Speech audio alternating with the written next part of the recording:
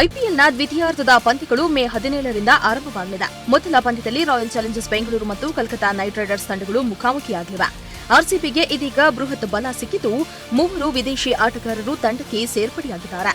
ಯುದ್ಧ ಭೀತಿಯಿಂದ ತವರಿಗೆ ಹಿಂತಿರುಗಿದ್ದ ವೆಸ್ಟ್ ಇಂಡೀಸ್ ರೊಮಾರಿಯಾ ಶೆಫರ್ಡ್ ಈಗ ಭಾರತಕ್ಕೆ ಆಗಮಿಸಿದ್ದಾರೆ. ಇನ್ನು ಶೆಫರ್ಡ್ ಆರ್ಸಿಬಿಯ ಮುಂದಿನ ಪಂದ್ಯದಲ್ಲಿ ಕಾಣಿಸಿಕೊಳ್ಳುವ ಸಾಧ್ಯತೆ ಇದೆ. ಇಂಗ್ಲೆಂಡ್ನ ಲಿಯಂ ಲಿವಿಂಗ್ಸ್ಟನ್ ಮತ್ತು ಯುವ ಆಟಗಾರ ಜೇಕಬ್ ಬೆಥೆಲ್ ತಂಡದೊಂದಿಗೆ ತಯಾರಿಯನ್ನ ಆರಂಭಿಸಿದ್ದಾರೆ. ಈ ಇಬ್ಬರು ಆಟಗಾರರು ಕೋಲ್ಕತಾ ನೈಟ್ ರೈಡರ್ಸ್ ವಿರುದ್ಧದ ಪಂದ್ಯದ ವೇಳೆ ಆಡಲಿದ್ದಾರೆ. ಹೀಗಾಗಿ ಕೆಕೆಆರ್ ವಿರುದ್ಧ ಆರ್ಸಿಬಿ ಪರ ಬೆಥೆಲ್ ಇನ್ನಿಂಗ್ಸ್ ಆರಂಭಿಸುವುದನ್ನ ಎದುರು ನೋಡಬಹುದಾಗಿದೆ. ಬಾಲಿವುಡ್ ನಟಿ ಮತ್ತು ಪಂಜಾಬ್ ಕಿಂಗ್ಸ್ ತಂಡದ ಸಹ ಮಾಲೀಕರಾಗಿರುವ ಪ್ರೀತಿ ಜಿಂಟಾ ತಮ್ಮ ಎಕ್ಸ್ ಖಾತೆಯಲ್ಲಿ ಅಭಿಮಾನಿಗಳೊಂದಿಗೆ ನಡೆದ ಪ್ರಶ್ನೋತ್ತರ ಸೆಷನ್ನಲ್ಲಿ ಅನಿರೀಕ್ಷಿತ ಪ್ರಶ್ನೆಗೆ ತೀವ್ರ ಪ್ರತಿಕ್ರಿಯೆ ನೀಡಿದ್ದಾರೆ. ಮ್ಯಾಕ್ಸ್ವೆಲ್ಲರನ್ನ ಮದುವೆಯಾಗಿಲ್ಲದಕ್ಕಾಗಿ ಅವರು ಸತತ ಕಳಪೆ ಪ್ರದರ್ಶನ ಕೊಡುತ್ತಿದ್ದಾರೆ ಎಂಬ ಕೀಳುಮಟ್ಟದ ಹೇಳಿಕೆಯನ್ನ ನೀಡಿದ್ದಾರೆ. ಈ ಹೇಳಿಕೆಯಿಂದಾಗಿ ಕೋಪಗೊಂಡ ಪ್ರೀತಿ ಜಿಂಟಾ, ನೀವು ಇಂತಹ ಪ್ರಶ್ನೆಗಳನ್ನ ಎಲ್ಲಾ ತಂಡದ ಮಾಲೀಕರಿಗೆ ಕೇಳ್ತೀರಾ ಅಥವಾ ಮಹಿಳೆಯರಿಗೆ ಮಾತ್ರನಾ ಎಂದು ಪ್ರಶ್ನಿಸಿದ್ದಾರೆ. ಮಹಿಳಾ ಮಾಲಿಕೆಯಾಗಿ ಕ್ರಿಕೆಟ್ ಕ್ಷೇತ್ರದಲ್ಲಿ ನಡೆಸಿಕೊಳ್ಳುವುದು ಎಷ್ಟು ಕಷ್ಟ ಎನ್ನುವುದನ್ನು ನಾನು ಅನುಭವಿಸಿದ್ದೇನೆ. 18 ವರ್ಷಗಳ ಹೋರಾಟದ ಫಲವಾಗಿ ಈ ಹಂತಕ್ಕೆ ಬಂದಿದ್ದೇನೆ. ಈ ರೀತಿ ತಾರತಮ್ಯ ಮಾಡುವುದು ಹಾಗೂ ಅಗೌರವ ತೋರಿಸುವ ಹೇಳಿಕೆ ನೀಡುವುದನ್ನು ಇಲ್ಲಿಗೆ ನಿಲ್ಲಿಸಿ ಎಂದು ಮನವಿಯನ್ನ ಮಾಡಿದ್ದಾರೆ.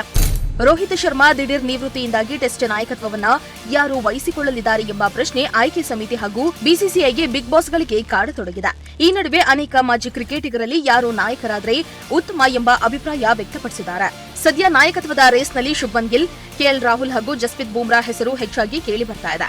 ಬೂಮ್ರಾ ಮುಂದಿನ ನಾಯಕನಾಗಿ ಆಯ್ಕೆಯಾಗಬಹುದು ಎಂದು ಮಾಜಿ ಆಟಗಾರ ಆರ್ ಅಶ್ವಿನ್ ಹಾಗೂ ಸಂಜಯ್ ತಮ್ಮ ಅಭಿಪ್ರಾಯವನ್ನ ಹಂಚಿಕೊಂಡಿದ್ದಾರೆ. ಇತ್ತೀಚೆಗೆ ನಿವೃತ್ತಿ ಘೋಷಿಸಿದ ರವಿಚಂದ್ರ ಅಶ್ವಿನ್ ಕೂಡ ಬೂಮ್ರಾ ನಾಯಕತ್ವದ ಅನುಭವವಿದೆ ಎಂದು ಅಭಿಪ್ರಾಯವನ್ನ ವ್ಯಕ್ತಪಡಿಸಿದ್ದಾರೆ. ಇಂಡಿಯನ್ ಪ್ರೀಮಿಯರ್ ಲೀಗ್ ಸೀಸನ್ 18ರ ಪುನರಾರಂಭಕ್ಕೆ ಕೌಂಟ್ಡೌನ್ ಶುರುವಾಗಿದೆ. ಶನಿವಾರದಿಂದ ಆರಂಭವಾಗಲಿರುವ ಐಪಿಎಲ್ನ ದ್ವಿತೀಯಾರ್ಧದ ಮೊದಲ ಪಂದ್ಯದಲ್ಲಿ ಹಾಲಿ ಕೆಕೆಆರ್ ಹಾಗೂ ಆರ್ಸಿಬಿ ತಂಡಗಳು ಮುಖಾಮುಖಿಯಾಗಲಿದೆ. ಈ ಪಂದ್ಯಕ್ಕೆ ಆರ್ಸಿಬಿ ನಾಯಕ ರಜತ್ ಪಟಿದಾರ್ ಅಲಭ್ಯರಾಗಲಿದ್ದಾರೆ ಎನ್ನಲಾಗಿತ್ತು. ಚೆನ್ನೈ ಸೂಪರ್ ಕಿಂಗ್ಸ್ ವಿರುದ್ಧದ ಪಂದ್ಯದ ಫೀಲ್ಡಿಂಗ್ ವೇಳೆ ರಜತ್ ಪಟಿದಾರ್ ಅವರ ಬೆರಳಿಗೆ ಗಾಯವಾಗಿತ್ತು. ಹೀಗಾಗಿ ಬ್ಯಾಂಡೇಜ್ ಹಾಕಿಕೊಂಡಿದ್ದ ಪಟಿದಾರ್ಗೆ ವೈದ್ಯರು ಕೆಲ ದಿನಗಳವರೆಗೆ ವಿಶ್ರಾಂತಿ ಸೂಚಿಸಿದ್ರು. ಇದೀಗ ವಿಶ್ರಾಂತಿ ಮುಗಿಸಿ ರಜತ್ ಆರ್ಸಿಬಿ ತಂಡವನ್ನ ಸೇರಿದ್ದಾರೆ. ಈ ವೇಳೆ ಅವರ ಕೈಗೆ ಹಾಕಲಾಗಿರುವ ಬ್ಯಾಂಡೇಜ್ ಅನ್ನ ಬಿಚ್ಚಿರುವುದು ಕಂಡುಬಂದಿದೆ.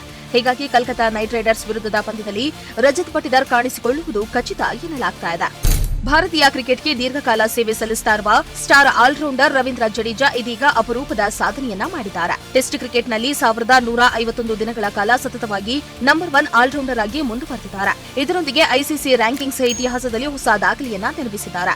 ಜಡೇಜಾ ತಮ್ಮ ಸ್ಥಿರ ಆಟ, ಬ್ಯಾಟಿಂಗ್ ಮತ್ತು ಬೌಲಿಂಗ್ ಎರಡರಲ್ಲೂ ಅತ್ಯುತ್ತಮ ಪ್ರದರ್ಶನದೊಂದಿಗೆ ಭಾರತ ತಂಡಕ್ಕೆ ದೀರ್ಘಕಾಲ ಸೇವೆಯನ್ನ ಸಲ್ಲಿಸಿದ್ದಾರೆ. ಹಲವು ಗೆಲುವುಗಳನ್ನು ತಂದುಕೊಟ್ಟಿದ್ದಾರೆ. ಟೆಸ್ಟ್ ಕ್ರಿಕೆಟ್ನಲ್ಲಿ ಅತಿ ಹೆಚ್ಚು ಕಾಲ ನಂಬರ್ 1 ಆಲ್ರೌಂಡರ್ ಆಗಿ ಉಳಿದಿರುವುದಕ್ಕೆ ಜಡೇಜಾ ಅವರನ್ನ ಶ್ಲಾಘಿಸಲಾಗ್ತಾ ಇದೆ.